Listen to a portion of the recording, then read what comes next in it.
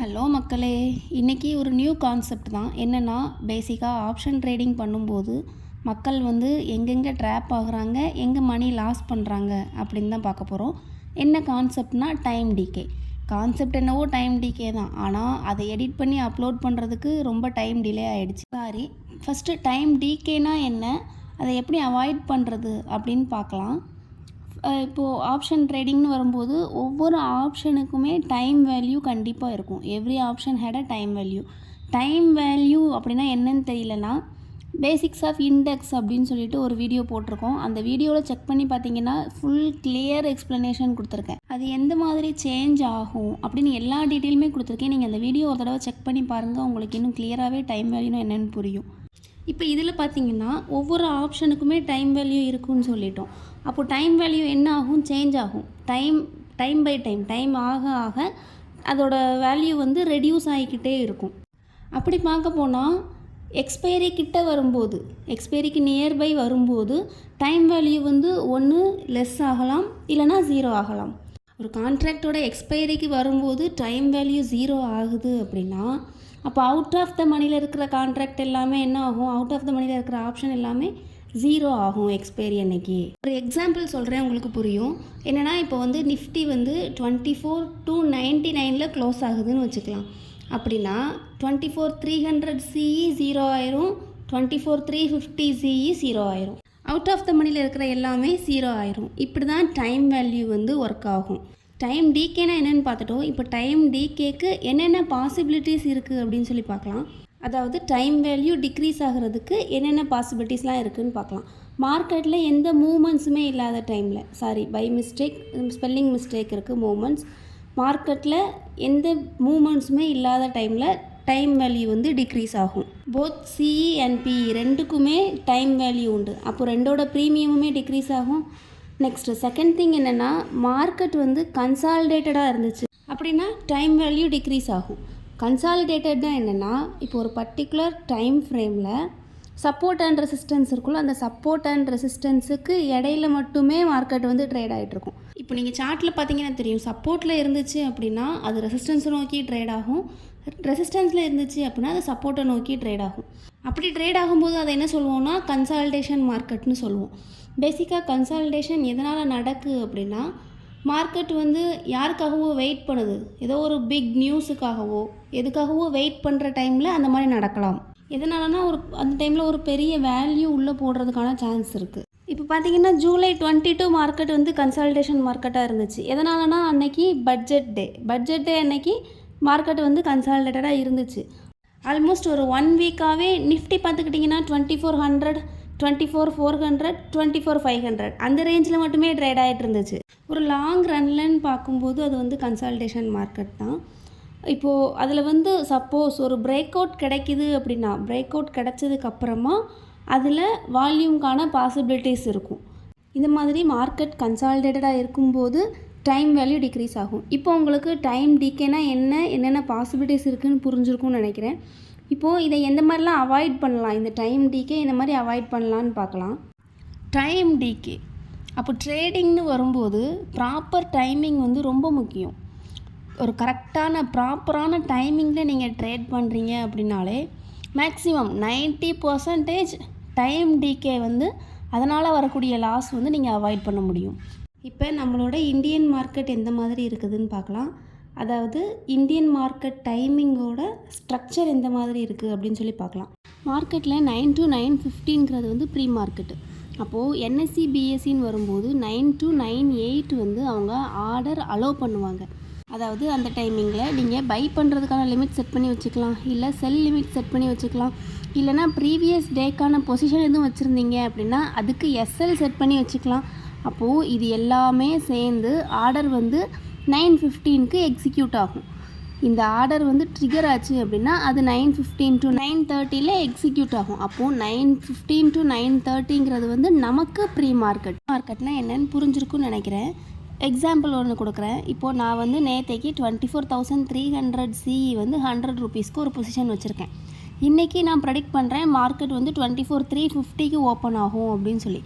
அப்படின்னா நான் எக்ஸ்பெக்ட் பண்ணுறது 50 பாயிண்ட்ஸ் தான். அப்போ நான் என்ன பண்ணுவேன் அப்படின்னா ஒரு 150 பாயிண்ட்ஸுக்கு நான் லிமிட் செட் பண்ணுவேன். பேசிக்காக ப்ரீ மார்க்கெட்டில் என்ன பண்ணுவாங்கன்னா எஸ்டர்டேக்கான பொசிஷனை புக் பண்ணுவாங்க. அப்படி இல்லை அப்படின்னா இன்றைக்கி ஒரு நியூ பொசிஷன் மேக் பண்ணுவாங்க அந்த சேம் டேக்கு சேம் ட்ரேடுக்கு. ஆக்சுவலாக ப்ரீ மார்க்கெட்டில் இதுதான் நடக்கும். அப்போது 9:15 to 9:30 நமக்கு ப்ரீ மார்க்கெட்டு. தென் 9:30 to 11:30 என்ன பாசிபிலிட்டிஸ் இருக்குன்னா டிஐஐ ட்ரேட் பண்ணுவாங்க. டிஐஐனா யாரெல்லாம் இந்தியாவிலேருந்து ஹியூஜ் மணி ட்ரேட் பண்ணுறாங்களோ அவங்களாம் டிஐஐ. அப்போது டிஐஐனா domestic institutional investors, huge money trade பண்ணுறவங்க. அப்படின்னா நமக்கு 9:30 to 11:30 DII trade first trade நடக்கும்.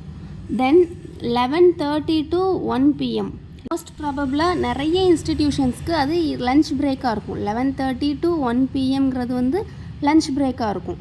இப்போது ஹியூஜ் மணி இன்வெஸ்ட் பண்ணுறவங்க, ஹியூஜ் மணி ட்ரேட் பண்ணுறவங்களுக்கு அது லன்ச் டைமாக இருக்கலாம். ஹியூஜ் மணி ட்ரேட் பண்ணுற இன்ஸ்டிடியூஷன்ஸ்க்கு அது லன்ச் பிரேக்காக இருக்கலாம்.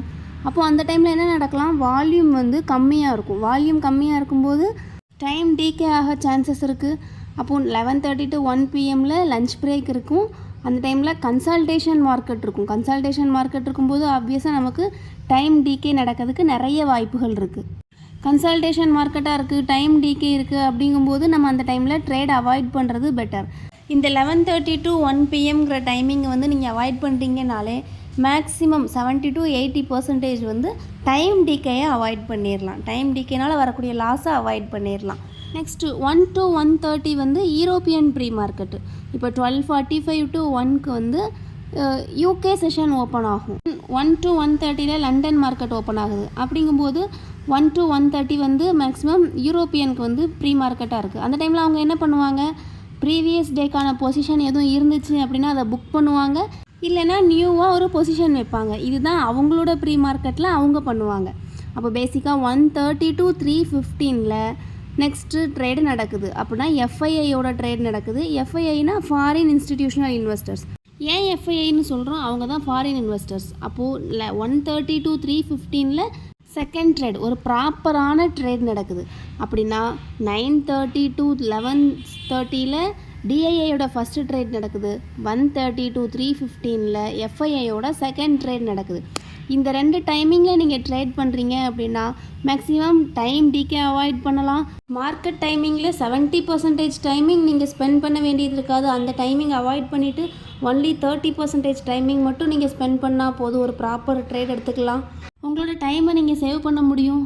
நெக்ஸ்ட்டு 3:15 to 3:30 என்ன நடக்குது அப்படின்னா நெக்ஸ்ட்டு டேக்கான நியூ பொசிஷன் வந்து வைப்பாங்க. அப்படி இல்லை அப்படின்னா நெக்ஸ்ட்டு எக்ஸ்பைரிக்கான நியூ பொசிஷன் வைப்பாங்க. டெய்லி இதை பண்ணுவாங்களான்னு கேட்டால் டெய்லி பண்ண மாட்டாங்க. எதனாலனா ஆப்ஷனுக்கு டைம் வேல்யூ உண்டு.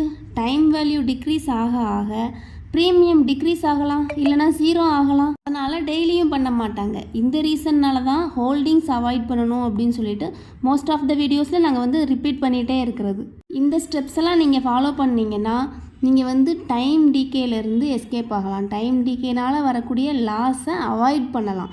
அப்படின்னா நீங்களுமே ஒரு ப்ராஃபிட்டபிள் ட்ரேடராக மாறலாம். இப்போ இது எப்படின்னு நான் ஒரு சின்ன எக்ஸாம்பிள் கொடுக்குறேன் பாருங்கள். நான் 9:30 11:30 ஒரு ட்ரேட் எடுக்கிறேன். அந்த ஃபஸ்ட்டு ட்ரேடில் நான் ஒரு 1000 rupees ப்ராஃபிட் எடுக்கேன்னு வச்சுக்கலாம். தென் 1:30 to 3:15 அந்த டைம் செகண்ட் ட்ரேடில் நான் ஒரு 1000 rupees லாஸ் ஆகிறேன்னு வச்சுக்கலாம். அப்போது ஒரு per டேயில் பார்க்கும்போது நான் 1000 rupees ப்ராஃபிட் எடுத்திருக்கேன், 1000 rupees லாஸ் ஆகிருக்கேன். அப்படிங்கும்போது பெருசாக எனக்கு என்னோடய கேபிட்டலில் எந்த பிரச்சனையும் வரப்போகிறதில்ல, எந்த பாதிப்பும் இருக்க போகிறதில்ல. நெக்ஸ்ட் டே 9:30 to 11:30 நான் லாஸ் ஆகிறேன். தென் அதை வந்து 1:30 to 3:15 ரெக்கவர் பண்ணணும் அப்படிங்கிறதுக்காக அதே 1000 rupees வந்து நான் ப்ராஃபிட் எடுத்துடுறேன். அப்போது அந்த டேலையுமே எனக்கு வந்து எந்த லாஸுமே கிடையாது கேபிட்டலில். நெக்ஸ்ட் டே பார்த்தீங்கன்னா நான் 9:30 to 11:30 ஃபஸ்ட்டு ட்ரேட்லேயுமே 1000 rupees லாஸ் பண்ணிடுறேன். தென் செகண்ட் ட்ரேட்லேயுமே 1000 rupees லாஸ் பண்ணிடுறேன். அன்றைக்கி எனக்கான லாஸ் 2000 rupees இருக்குது. அப்போது நான் ஃபோர்த் டே என்ன பண்ணணும் அப்படின்னா நான் ட்ரேட் பண்ணக்கூடாது. இதுக்கான ரீசன் என்னங்கிறத நான் முன்னாடியே போட்டிருந்தேன் 100% ப்ராஃபிட் மேக்கிங் வீடியோவில் நான் எக்ஸ்பிளைன் பண்ணியிருக்கேன். நீங்கள் அதை செக் பண்ணி பாருங்கள், உங்களுக்கே நல்லாவே புரியும். ஒரு எக்ஸாம்பிள் 9:30 to 11:30 நான் வந்து ஒரு 1000 rupees நான் ப்ராஃபிட் எடுத்துக்கிறேன்னு வச்சுக்கலாம். தென் செகண்ட் ட்ரேடில் நான் ஒரு 500 rupees மினிமம் ப்ராஃபிட் போதும் அப்படின்னு சொல்லி நான் எடுத்துக்கிறேன் அப்படின்னா கூட அந்த டேக்கு எனக்கு 1500 rupees ப்ராஃபிட்டாக இருக்குது. இந்த மாதிரி ப்ராஃபிட் மேக் பண்ணுறதுக்கு நம்ம டேட்டா யூஸ் பண்ணி ட்ரேட் பண்ணுறீங்க அப்படின்னா மேக்ஸிமம் அக்யூரசி இருக்குது. அதுவுமே டவுட் இருந்துச்சு அப்படின்னா நான் டெய்லியுமே உங்களுக்கு டேட்டா யூஸ் பண்ணி ஸ்டாக் ஆப்ஷனில் ட்ரேட் பண்ணுறதுக்கான வீடியோ வந்து நான் டெய்லியுமே அப்டேட் பண்ணிகிட்டே இருக்கேன். அதை செக் பண்ணி பாருங்கள். இன்னும் டேட்டா பற்றி தெரிஞ்சுக்கணுன்னா கமெண்ட் பண்ணுங்கள், இல்லை வாட்ஸ்அப் கான்டாக்ட் பண்ணுங்கள். நீங்கள் அதை யூஸ் பண்ணும்போது கன்சால்டேஷன் மார்க்கெட்டும் நீங்கள் ப்ரெடிக்ட் பண்ண முடியாது. எப்படின்னு நான் காமிக்கிறேன் பாருங்கள். 9:32 இது வந்து 11/7க்கான சார்ட்டு. 9:30 to 11:30 பாருங்கள், proper down trend. First trade நடந்திருக்கு, ப்ராப்பரான ஒரு டவுன் ட்ரெண்டு. தென் 11:45லேருந்து 12:45 வரைக்கும் பாருங்கள், மார்க்கெட் வந்து 260லேருந்து 300 அந்த ரேஞ்சுக்குள்ளே மட்டுமே ட்ரேட் ஆகிட்டு இருந்திருக்கு. கன்சால்டேஷன் மார்க்கெட் இதுதான். மார்க்கெட் கன்சால்டேட்டடாக இருக்கிறது வந்து உங்களுக்கு கிளியராகவே புரியும் அந்த 11:45லேருந்து 12:45 அந்த டைமிங்கில். நெக்ஸ்ட்டு 12:45க்கு யூரோப்பியன் ப்ரீ மார்க்கெட் ஸ்டார்ட் ஆகுது. அவங்க ப்ரீவியஸ் டேக்கான பொசிஷனை அவங்க வந்து புக் பண்ணுறாங்க. அதுக்கப்புறமா செகண்ட் ட்ரேட் ஸ்டார்ட் ஆகுது. செகண்ட் ட்ரேட் 1:30க்கு ஸ்டார்ட் ஆனதுக்கப்புறமா பாருங்கள், இந்த சார்ட்டில் உங்களுக்கு கிளியராகவே தெரியுது மார்க்கெட் வந்து செகண்ட் ட்ரேடில் அப் ட்ரெண்டில் போயிருக்கு அப்படிங்கிறது. அப்படின்னா செகண்ட் ட்ரேட்லேயுமே, அதாவது ஃபஸ்ட்டு ட்ரேட்லேயுமே உங்களுக்கு ப்ராப்பரான டவுன் ட்ரெண்டுன்னு தெரிஞ்சுது, செகண்ட் ட்ரேட்லேயுமே உங்களுக்கு ப்ராப்பரான அப் ட்ரெண்டுன்னு தெரியுது. இன்பிட்வீனில் மார்க்கெட் வந்து கன்சால்டேட்டடாக இருந்திருக்கு அப்படிங்கிறதும் கிளியராகவே தெரியுது. உங்களுக்கு இந்த சார்ட் இல்லை, இன்னும் வேறு ஏதாவது உங்களோட சார்ட் டிமெட் அக்கௌண்ட் ஓப்பன் பண்ணி அதில் ஏதாவது ஒரு டேக்குள்ளே சார்ட் எடுத்து ஓப்பன் பண்ணி பார்த்துட்டு அதில் உங்களுக்கு இந்த ப்ராப்பர் டைமிங்ஸ் வந்து மேட்ச் ஆகுதான்னு நீங்கள் செக் பண்ணி பாருங்கள். அப்படி ஆகலைன்னா எங்களுக்கு கமெண்ட் பண்ணுங்கள், நான் உங்களுக்கு எக்ஸ்ப்ளனேஷன் கொடுக்குறேன். இந்த வீடியோலையுமே உங்களுக்கு ஏதாவது ஃபீட்பேக் இருந்துச்சு அப்படின்னா நீங்கள் கமெண்ட் பண்ணுங்கள். அண்ட் டேட்டா தெரிஞ்சுக்கணும் அப்படின்னு நினச்சிங்கன்னா வாட்ஸ்அப் பண்ணுங்கள். தேங்க்யூ.